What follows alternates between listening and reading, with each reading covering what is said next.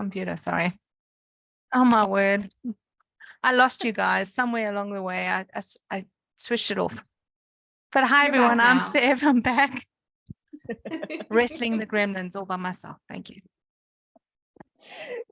And this is why we have so much fun, because it just does what it does. It does what it does. So for the recording purposes, I'm Kiersten Marcil. We are talking If These Pages Could Talk with the wonderful Andria Henry. Thank you so much for having me. This is fun. I'm so glad you're here. I love chatting with you. Do you want to go ahead and introduce yourself to our audience who maybe doesn't know you yet? Sure. I am Andria Henry. I also publish with Champagne Book Group. My debut is Who Says You Can't Go Home, and it's the first book in the Camden Lake series of sweet small town romances. Awesome. Now, are you in your home office right now? Is that what we're seeing behind you? Yes, I purposefully recently made one corner of my office really pretty for situations like this. It's gorgeous. My desk is actually a little bit further that way, but I set up a table closer to my shelves because it's the nicest looking part of my office. Oh, it looks great. You've got your gorgeous book behind you. Yeah, it looks very nice. See. I'm jealous. I've got a wall and a picture. What is your picture? Oh, what picture? The one on the back. Yeah, what is that? It's a pirate map puzzle. Like 5,000 pieces or something. Oh my God, that's crazy. Yeah, it was quite nice. A lot of pieces. Andrea, what were you going to say? Oh, I was just going to say with the advent of like everyone using Zoom, I was attending a lot of author workshops, and the authors always had their books on display, and I thought, that's going to be me someday. So now I take every opportunity to be like, look. There it is. Awesome. Well, we thought we'd get started by doing a little home office show and tell. So each of us brought something fun that is from our home office that we are going to share with all of you. So Andrea, what do you have for us? I had a hard time choosing because I love to fill my office with things that just make me happy. But I did pick this. My daughter made me this poster a couple of years ago. You can do hard things. Walking a cat, I guess, would be a hard thing. But yeah, she had to, for a school assignment when she was doing online school, she had to make herself a poster, and then I praised it so much she wanted to make me one too. So it's been in my office ever since to remind me that I can do hard things. Like a good luck charm. Yeah. Yeah. Oh, how sweet. Well, see, now I feel like maybe I should have brought my son's artwork, but I had a hard time choosing too, because I have so many fun things, on that shelf, like my Madeira from Mount Vernon and whiskey. You have so many cool little collectibles, historical collectibles. Oh, Ben, you're gonna love this one. This is one I chose. It was a gift from the husband. This is a musket ball that was found on the battlefield of Yorktown during a archaeological dig. And that's he's lovely. gotten me a couple cool artifacts, but I don't know. I love looking at this. It sits under the glass surface of my desk with my action figures of George Washington. You have action figures of George Washington. Of course you do. I don't know why I'm asking. Of course I do. Well, we've got, we've got like baseball cards and, oh dear, now I'm taking over. And yes, of course I have George Washington everywhere. I love it. Oh my gosh, Kiersten, that is amazing. Thank you. It leads right into mine. Excellent. I created this. It's a werebear. Right, with teeth. It's going to fall into a monster. And then my husband painted, let's see if you can see it. It's a little guy. Nice. Yeah, it's my first alien for my alien romance. And then he did a little woman I don't know how big it is. And that's for Oh my God. book number 6 that's coming out. And then I painted this one. Wow. Yeah. So you made these? Yeah, no, they're action figures that we cut up. I mean, Okay. minifigures that we cut up and repainted and repurposed. And then if you can see clearly on the base, there's rocks and skulls and it's all painted. Yeah. And this one, it's all on the side. It's all these little skulls, alien skull in the sand, so to speak. And that is so cool. Yeah, that's what I have in my desk. That's great detail. Like the painting is so good. Oh my God. And that's so fun to see things from your book in that kind of life given to them, right? That's really neat. Yeah. I love them. I was just tweeting last night how, because I'm in a part of my book that's at a historical location I visited, I've got like the pictures up on my computer screens while I'm describing it. Like, oh, damn, I really want to go back. But that's the best way to write, is to actually have pictures as your source information. Yeah, absolutely. Yeah. Oh, cool. Yeah. All right. So your office space, your writing space, that's like just for you, Andria? It's supposed to be just for me. But I have 2 young children who like to come in, and because it's half my desk and my whiteboard and my craft books and my notebooks and my binders and all that stuff. And then the other half is for arts and crafts. Okay. So my kids sneak in here a lot to grab materials and borrow things from my desk. And yeah, I don't think that gets better because my kids are teenagers and they still like to come in. I don't anticipate it getting better. I'm just kind of trying to be zen about it. You're better than me. Do you have any like special rituals or requirements for when you sit down to write? Something that you have to do or you always do? I usually have some kind of hot beverage. Often tea, coffee in the morning, and then tea in the afternoon, and then herbal tea later. And then I usually light a candle as well. A friend of mine makes these gorgeous candles that have like a wooden wick. Yeah. So when you light it, it makes that crackling sound. Oh, yeah. Oh, I love wow. it. Oh. Yeah, actually, yeah, let's see it. Like, I don't know if you can tell, there's like a wood wick. Oh, wow. That's so cool. What's the scent? This one is blueberry cheesecake. Oh, that's evil. Yeah, it smells so good. Sorry. I'm going to do a product shot for her. There you go. Excellent. Wicking it up candles. Yeah, they smell so good. And I love that little like sound. I don't know, it makes me feel like I'm sitting by a roaring fire or something. Yeah, absolutely. That's so cool. I see nothing wrong with that. Me? Yeah, no. Yeah. See, I've got a candle too. Always have to have a candle. I don't have candles. Okay. No, I don't have candles. I just sit and write. Oh, you're so good.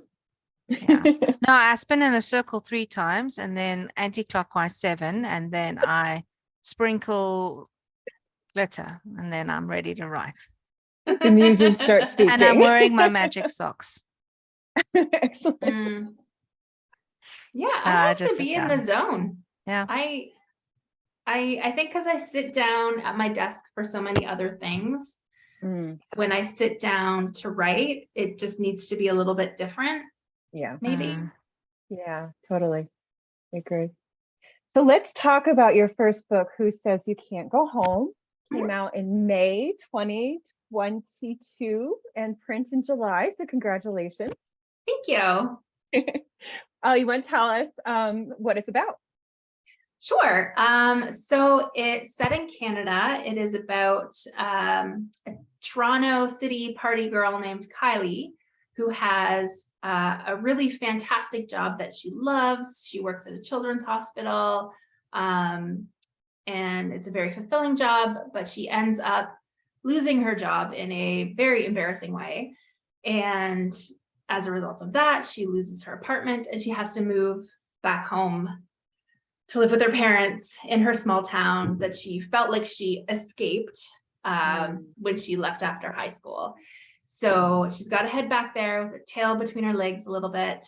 And then she has a unfortunate run-in on her way into town, getting pulled over for speeding by the town's OPP officer, who is the boy that she had a really big crush on in high school, who turned out to be a jerk, and now he's pulling over for speeding.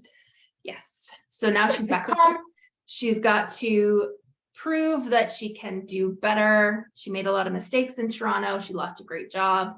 She's got to prove she can do better for herself and for other people, and to try and get back on her feet, while also dealing with butting heads with this Derek fellow. Awesome. So describe for us, because this is your first book in a series, correct? Mm-hmm. And did you know when you wrote it was going to be a first in a series? No. I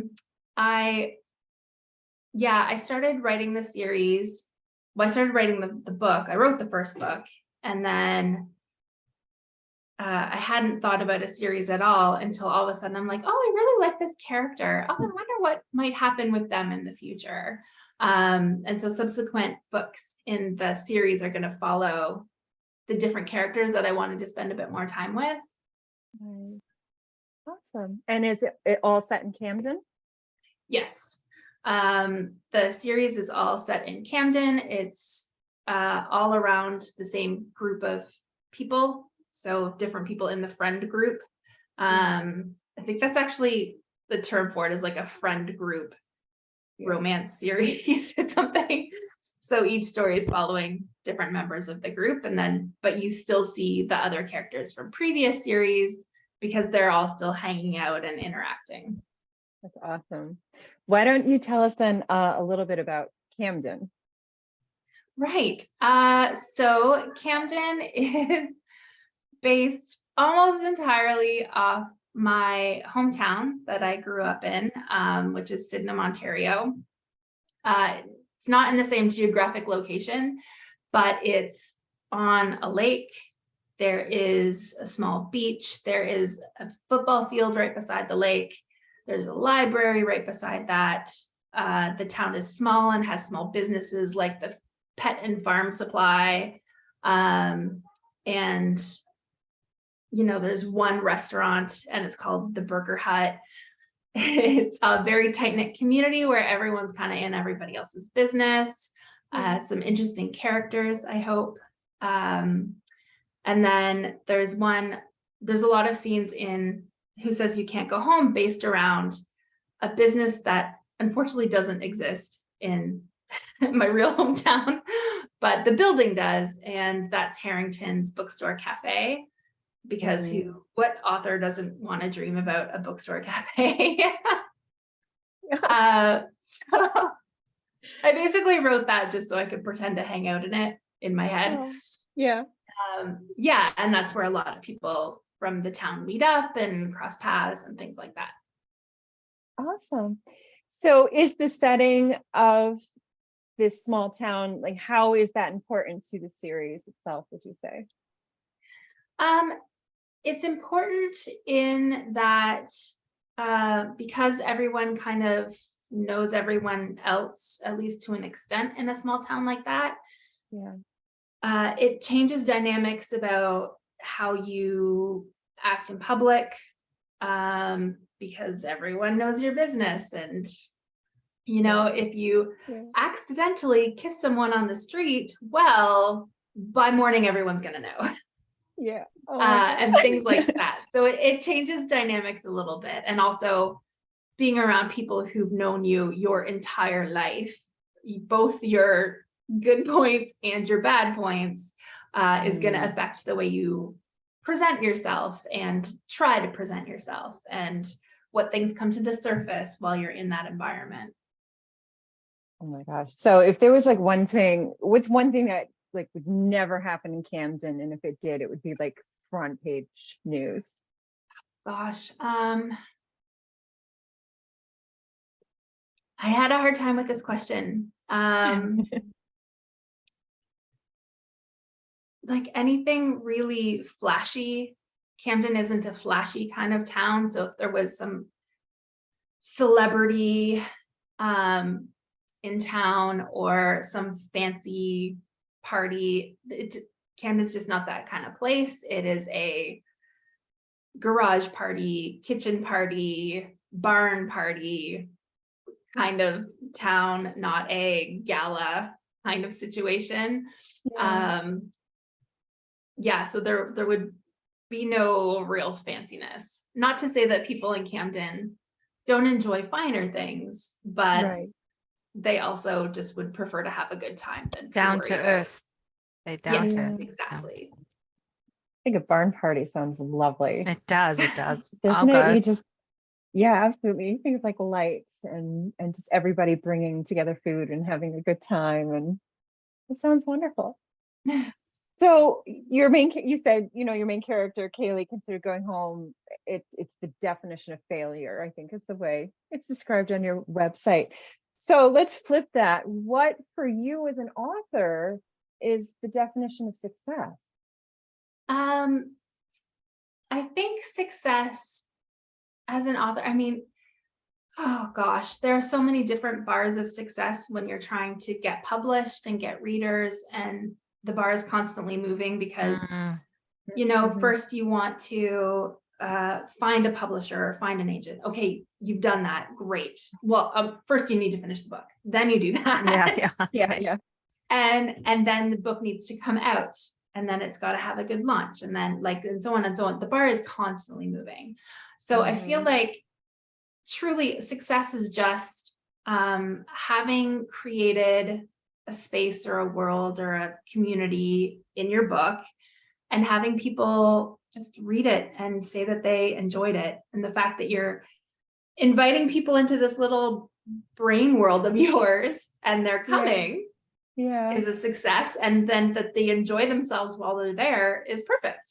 I think that's really all we can hope for.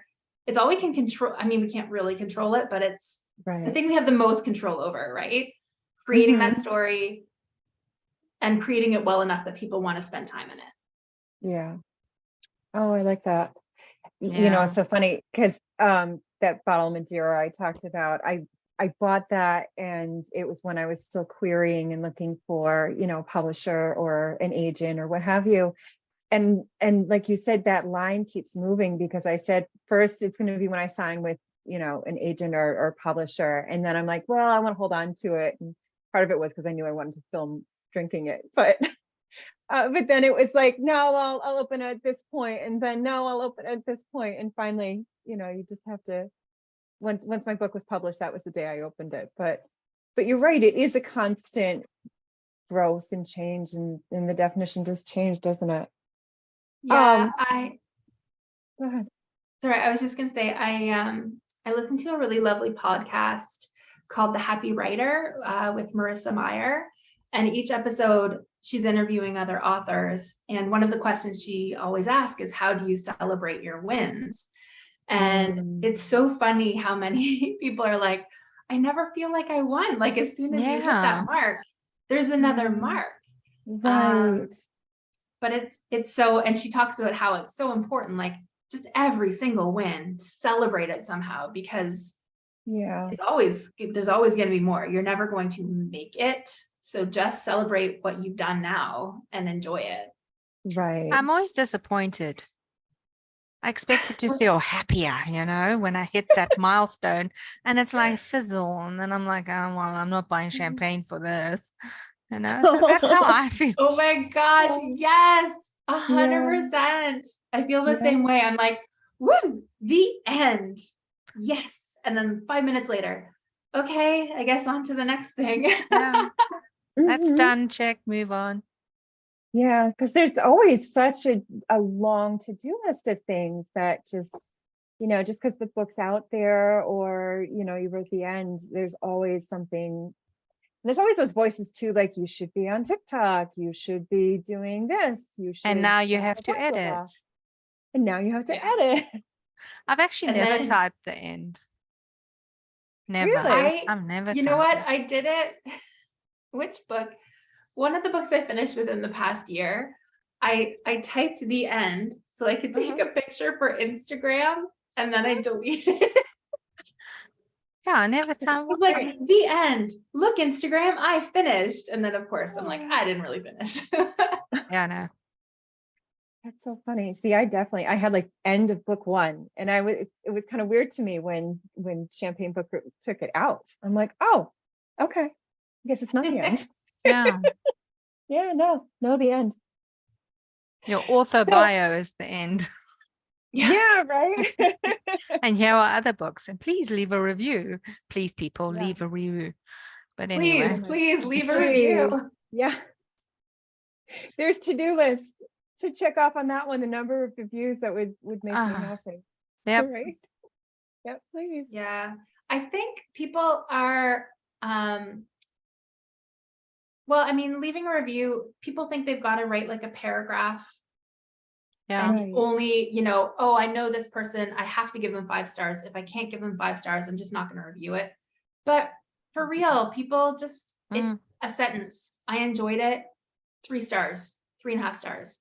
It doesn't matter to the algorithm. They just want you don't even need a comment. You just need the stars. Yeah. So if you can go in, especially easy on e-readers, if you just tap it before you end the book, that is amazing. And unless it's a 2-star, then by all means explain why you think it's a 2-star. I want to know what's wrong with it. Yeah, so then I can fix it. That's how I feel. Maybe don't leave 1 stars. Maybe just don't leave 1 stars. Yeah. If you hate a book that much, then that book was just not for you. That's okay. We can all move on with life. You don't need to tell the world. Right. So let's talk about series then. Since we've kind of kicked off into that anyway. Yeah. So Andrea, this past November, you successfully completed NaNoWriMo. Congratulations. Because that's not easy to do. I haven't even attempted it yet because it scares me. Why don't you tell us first what it is for people who don't know? Right. So NaNoWriMo is National Novel Writing Month. I don't know why it's still called national, because that probably sounds better, but it's international now. Yeah. So the month of November, people from around the world get together virtually and in person if you're in your region. And we just all try to write 50,000 words in 1 month. And it is a challenge and it is grueling. And I've participated almost every year since I think 2011, and I've only actually completed it twice. Because I'm not a person who's going to push on with something if I'm just not feeling it. So I've only ever completed it twice, but I did complete it this past year, which I felt really good about. Awesome. And you had 2 writing projects that helped you over that finish line, correct? I did. So the first project was the novelette that I wrote that's again based in Camden. Well, not based in Camden, but it's in the world of Camden. And because I wanted to get that out to get it to my newsletter subscribers as like a Christmas present. So I wrote that first to get it done so I had time to edit it. And then when I finished that, I had about half of book 2 of the series left to write. So then I filled up the rest of my words writing that. Awesome. Yeah. So your novelette was Baby It's Cold Outside? So Baby It's Cold Outside was a short story. Okay. Again in Camden, but it's a short story that I wrote last year. Same deal. I wrote it at the beginning of Nano and got it out to my subscribers. This year's novelette was called I'll Be Home for Christmas. Yes. Okay. Yeah. The home theme. Yes. And the Christmas song title. Yeah. Which is totally what you want for the Christmas season, is just sit back and have that cozy going home for Christmas. Oh, I love it. So how do people get copies of that if they're not on your newsletter already? Yeah. Well, anyone who signs up for my newsletter, in like the welcome email, you get the link and the password for the members only section of my website, which I call my creativity consortium because I like to sound fancy. And all the bonus materials are there. So the novelette is there, the short story is there. I also have the alternate ending for Who Says You Can't Go Home, because I wrote an ending and my editor was like, this isn't great, we can do better. But people were curious, so I put the alternate ending up. Awesome. There's the first chapter of Who Says You Can't Go Home is up there for free. I've got a couple of shorter fiction pieces. Basically, like whenever I write some flash fiction or a short story, I pop it in there as like bonus material for my subscribers, so they can just go there and have some fun reads. That's great. It's a good little taste of Camden keeping the adventure going while we wait for book 2. Yes, hopefully. And then I throw some random stuff up there too, because I also write science fiction and fantasy. So I was about to ask you what other genres. Yeah. Yes. Yeah. Yeah, I have a YA, a young adult fantasy that I've been working on for years. That's still coming together. I have a middle grade science fiction that is finished. It is going to be out to agents in a month or 2, hopefully, that I really love. And then I've got another kind of near future science fiction up here. Yeah. So lots to watch for from you. Because it sounds like you have a lot coming. So That's what's going to be NaNoWriMo this year? Oh, I have no idea. You're going to We'll be surprised. see. Yeah, it depends on if I have any publishing schedules with Champagne or with maybe an agent. We'll see. If I have revisions to do. If not, I don't know. I'm not the kind of person who has an idea and then can wait until the beginning of November to write it. So it's kind of one of those, like, what do I feel like writing? Do I have something to write in November? We'll see. I'll probably write some kind of Christmas themed Camden story because the series is still going. So I'll keep that going a little bit till the series completes. So where are you in the process then with book 2? Right. So like you said, I finished in November drafting book 2. Then I let it sit for about a month. Then I went back to it and kind of looked at the big picture and went, oh, these things are out of order and these things are missing and this is strange. All of that. And I've got it all re-planned out, and I'm about halfway through rewriting it to get it in the proper order and to get everything included. Okay. And then what will your process look like from there, do you think? So I have a lovely critique partner who is going to give it a read for me when I'm finished, to make sure the characters and the stories and everything is good enough to hand to my Champagne editor, and see if she likes it. Yeah. Yeah, I was going to say holding thumbs. Yeah. Have you teased out a title yet? That's still a secret? It's not a secret. It's Just Friends. That's the title, Just Friends. As you may be able to guess from the title, the current title, it's going to be a like friends to lovers type story. So at the beginning, my favorite trope. No, we're just friends. And then their friendship, their friendship from years and years and years, all of a sudden hits a point where they're like, oh, wait a second. Now, are these characters that we met in the first book? Yes.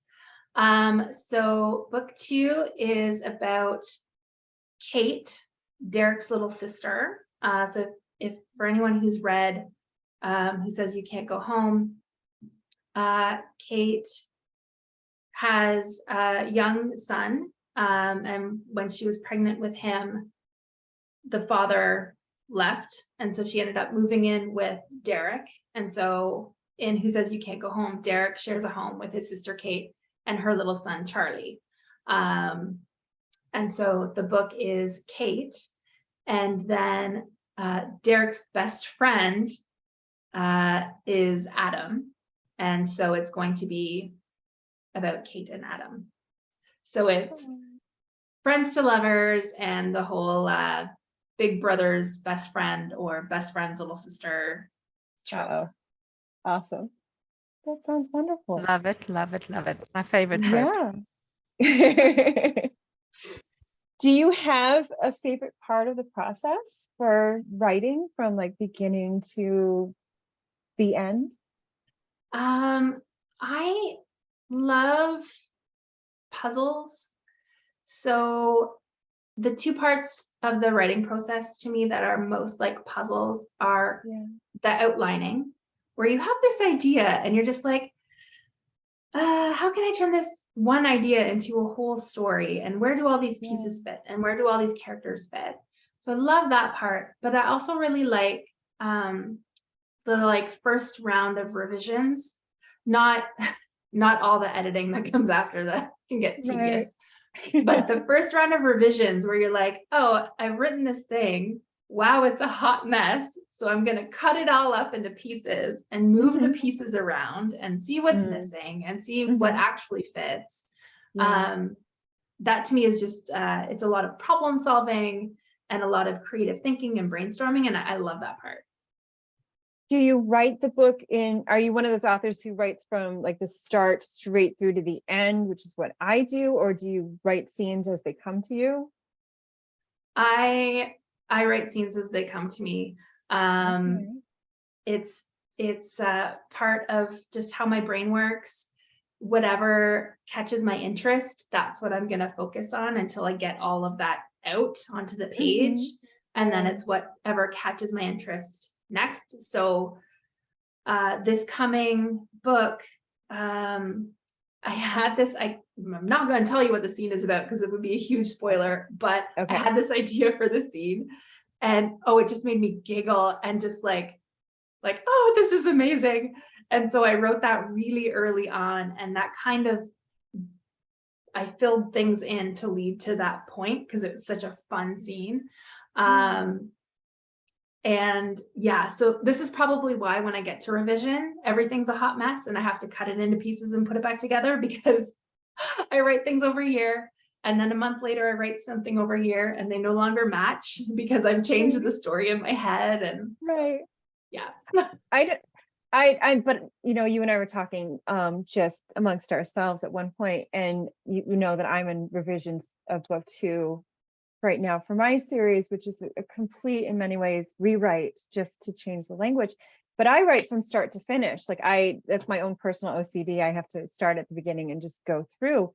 But I still have the same thing that you do, which is taking out like the first 7 chapters of this book. I took all the pieces apart and I cut probably 2 chapters and reorganized them. And then I cut another because I was over 120,000 words and I have to get it under. So I cut an entire chapter that's 7,000 words that I just threw out, but I needed to take all the information and piece it into the story elsewhere. So I don't know that, you know, writing it one way or the other makes a difference. It's still that hot mess of a puzzle that you have to throw together. It is a struggle no matter how you do it. Yeah. Some people struggle on the front end and they take a really long time writing it in order and, you know, making sure everything's in every scene. So that part takes longer, but then maybe their revisions don't take as long. Or if you're me, you draft very fast. I can spit out a draft pretty fast, but it's a mess. And so I spend my time on the revisions after, and then there's all the people in between. Right. Yeah.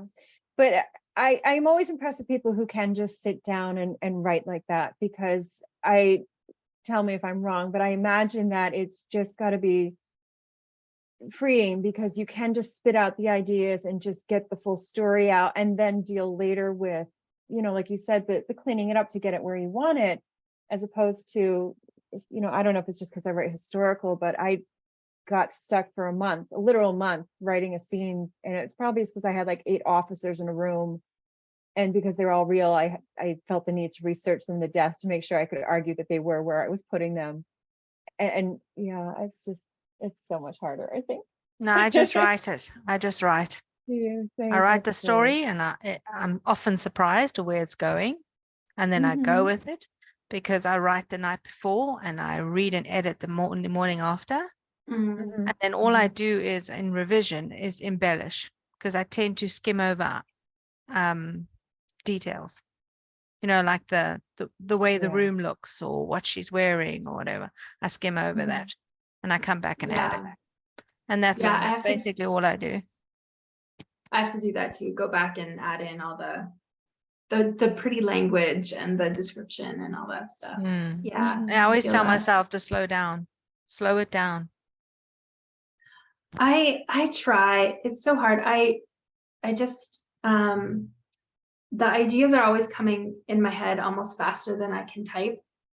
And once I get into that groove, I just have to keep going. But then, I have to go back and actually tell the proper story, not just the dialogue with no tags and action. And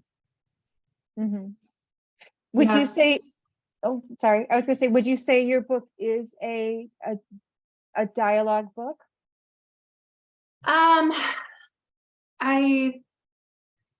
I think so. I do try to work hard on the witty banter, because I love reading that in books. I'm still learning how to do that.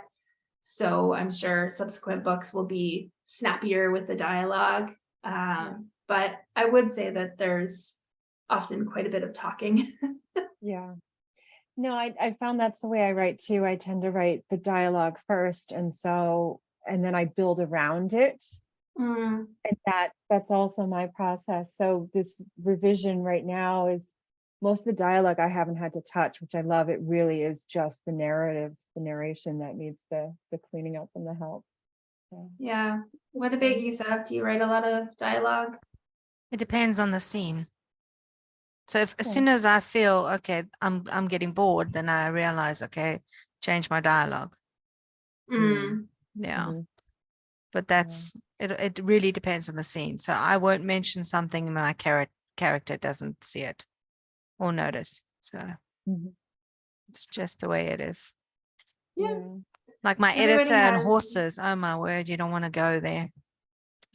This guy jumps off a horse because now there's chaos happening, and then she types there, and how did the horse react? I started laughing. I was like, he's not going to notice. Sev, okay, I have something to say. Sev, do you mind telling us who your editor is? It's Renee. Oh no, okay. So it's not the lady you were thinking of. We don't share an editor, but my editor also got on me specifically about horses because I put in a scene. Speaking of research, I will write a scene and be like, oh, I'll research that later, but then I'll forget to do that. So I put in a scene with a horse in it, and I didn't go back and research how to take a horse's saddle off and how to brush them down or all that. I just wrote whatever I wrote, and she came back to me. She's like, I've been writing horses all my life. This is not this is not how you do it. I'm like, oh, you got me. Okay. But I mean, why can't you just say I brushed down the horse? Why do I have to explain how I brushed down the horse? I think it was more so because I explained it wrong. I think maybe if I had just you went into the detail. I just glossed. So you know what I did though? I went on YouTube and I studied how to brush down a horse and different things. And then I actually put those details into the book because I'm like, oh, this is something interesting that I learned and I'm going to share it with the world. And people who do know horses will say, oh, she did her research. And then it turns out you didn't. Actually had, I'm so glad you're warning me this. I don't know how I got away with it then in the first book. I must have done what you did, Sev, which was just, oh, she took the saddle off. Because I've had to ask someone on Twitter. I now have a consultant on horses because, yeah, I've ridden a horse a few times, but I couldn't tell you what to do with it. I'm lucky I know which side the head is on. Yeah. Honestly, thank goodness for YouTube videos is all I have to say. Yeah, you can learn so much from YouTube. It taught me how to crochet. Oh, that's cool. Okay. So we're running short on time. Yes, we're down to our last 5 minutes. It happens every time because we have so much fun. I know. It's fine. What we get to, right? Yeah. Yeah, and we'll just have you back. So then we can talk with about book 2. There you go. Yes.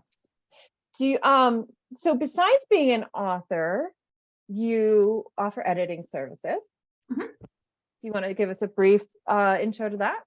Yeah, I just do freelance editing, mostly for indie authors. I offer content editing, so looking at how the story shapes up, the pacing, how the characters work together, plot holes, things like that. And then I do line editing as well, which is like sentence structure, language choices, things like that. Yeah, that's my side biz. We all have to have a side biz. In addition to the day job that is not the side biz to the writing, which is the side biz. So much to do. And I love this. You are part of Hamilton Belly Dance.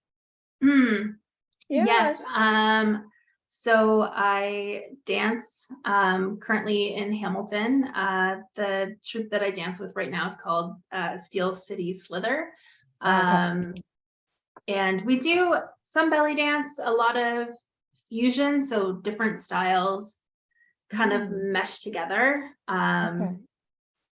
with like voguing, whacking, contemporary, some hip hop, some burlesque style movements. I don't personally do actual burlesque, but just elements of that in the dances. And yeah, we perform live once a month at a club and do other shows and festivals and things around town too.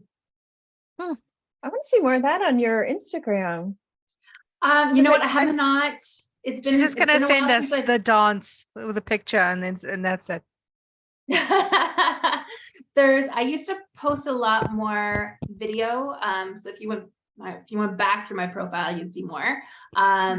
Just because we stopped live shows a lot during the pandemic, and then it took a while to get going again, and getting back into regular rehearsals and things like that.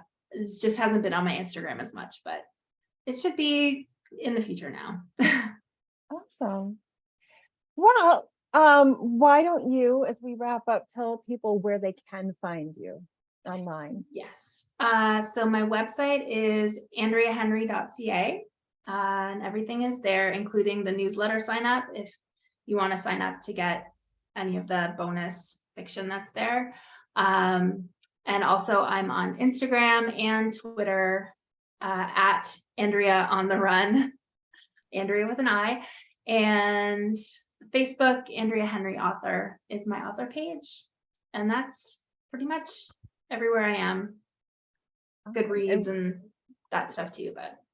Yeah, I'll put everything on the description. Thank you. So check it out below, everybody. Make sure you get a copy of Andria's book, Who Says You Can't Go Home? And please join us next week. So thank you so much, Andria. Everybody, thank you so much for having me. You're this welcome. was a lot of fun. Thank you, Kiersten and Sev. Bye, everyone. Talking to you.